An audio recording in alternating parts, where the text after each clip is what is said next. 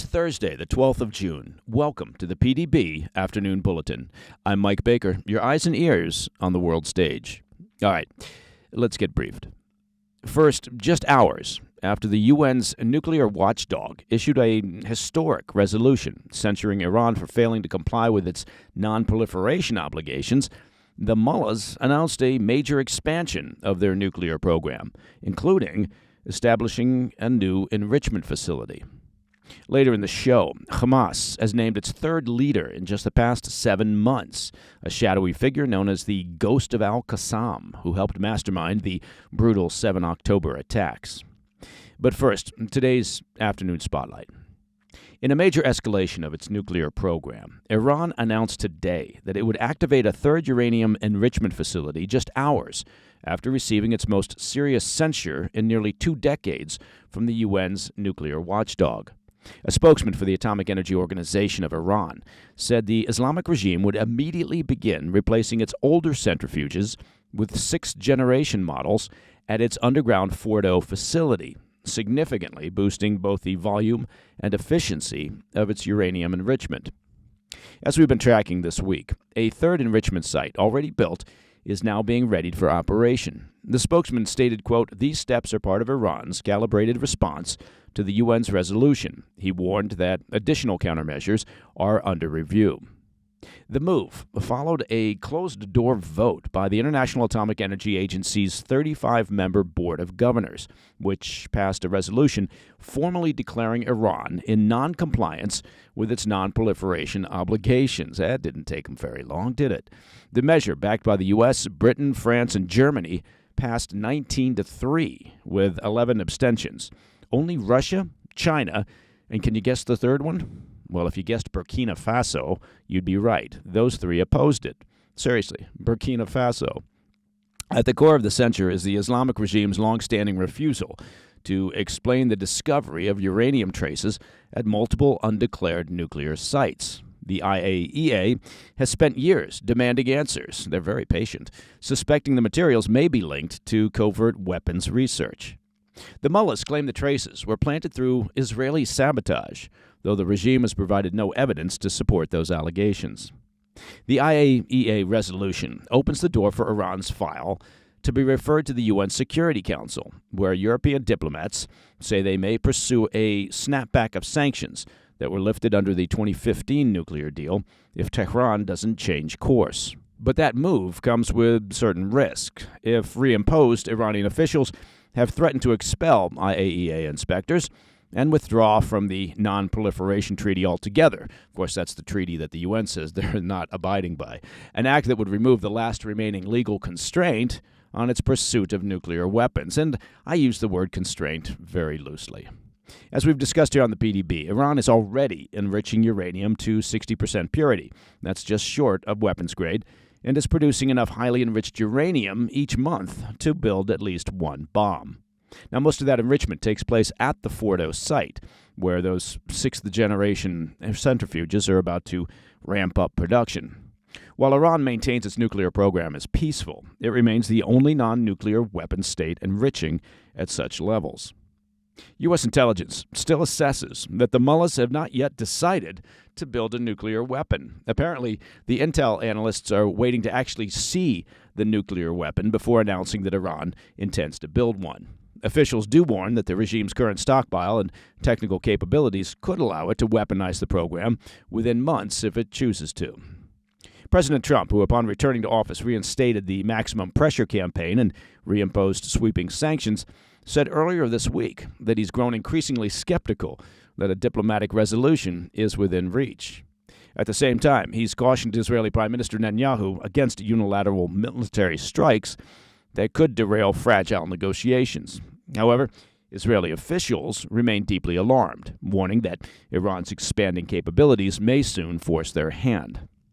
So, where does this leave nuclear negotiations between Washington and Tehran? The 6th round of talks is set to begin Sunday in Oman, but with Iran racing ahead and the IAEA tightening the screws, the path to a deal, well, looks increasingly narrow. At the heart of the deadlock is the same impasse that's scuttled every past round. Tehran demands recognition of its right to enrich uranium, while Washington demands that enrichment be ended altogether to guarantee non-proliferation.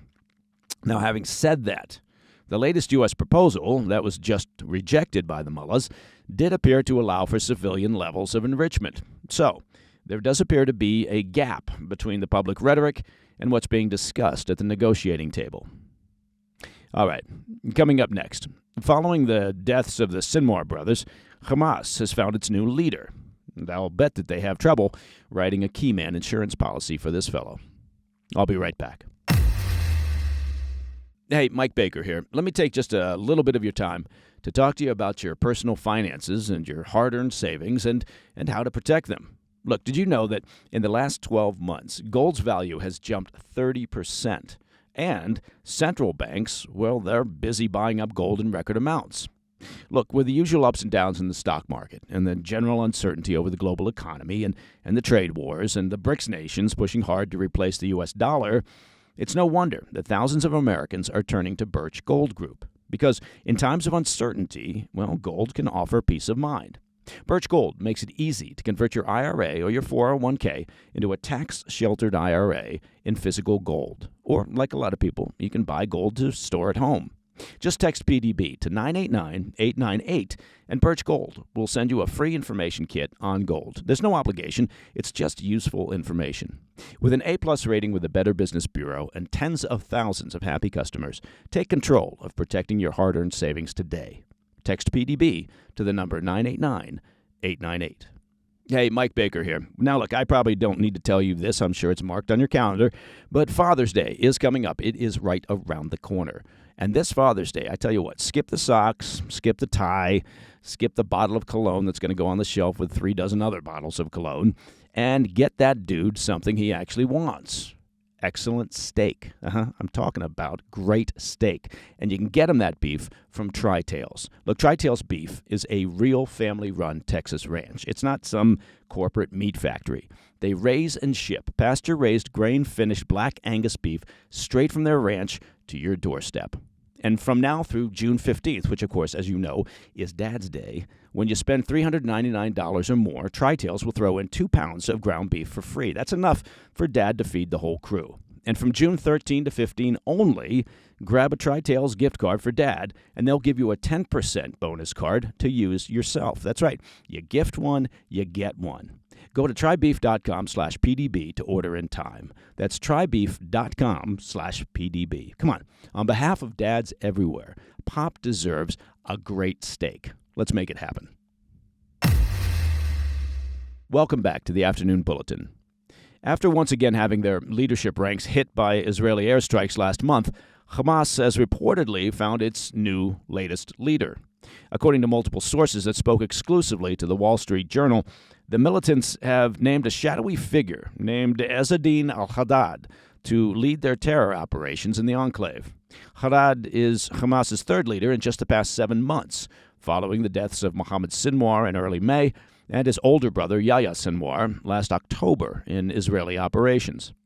The new terror chief, one of the masterminds of the 7 October attacks on Israel that kicked off this latest conflict, is known locally as the Ghost of al-Qassam because of his low profile. Well, that's good. Once he's terminated, at least they won't have to change his nickname. He's reportedly survived several assassination attempts by Israeli forces, though both of his sons were reportedly killed earlier this year. A figure central to Hamas's operations since before the war began, the 55-year-old Haddad is said to be an experienced fighter who has spearheaded recruitment operations for the terror group. A Hebrew speaker, he's also overseen the captivity of Israeli hostages since the war began. A day before the 7 October attacks on Israel, he held a secret meeting with Hamas commanders, handing out instructions for the operation, including the mass abduction of Israeli civilians and soldiers. An unnamed released Israeli hostage that spoke with the Journal said they had met Haddad 5 times during their captivity in the enclave. In a chilling account, the hostage said during their first meeting with the militant, he insisted on speaking Hebrew and bragged about being responsible for all the hostages being held in Gaza. He then showed them photos of hostages that he had on his cell phone.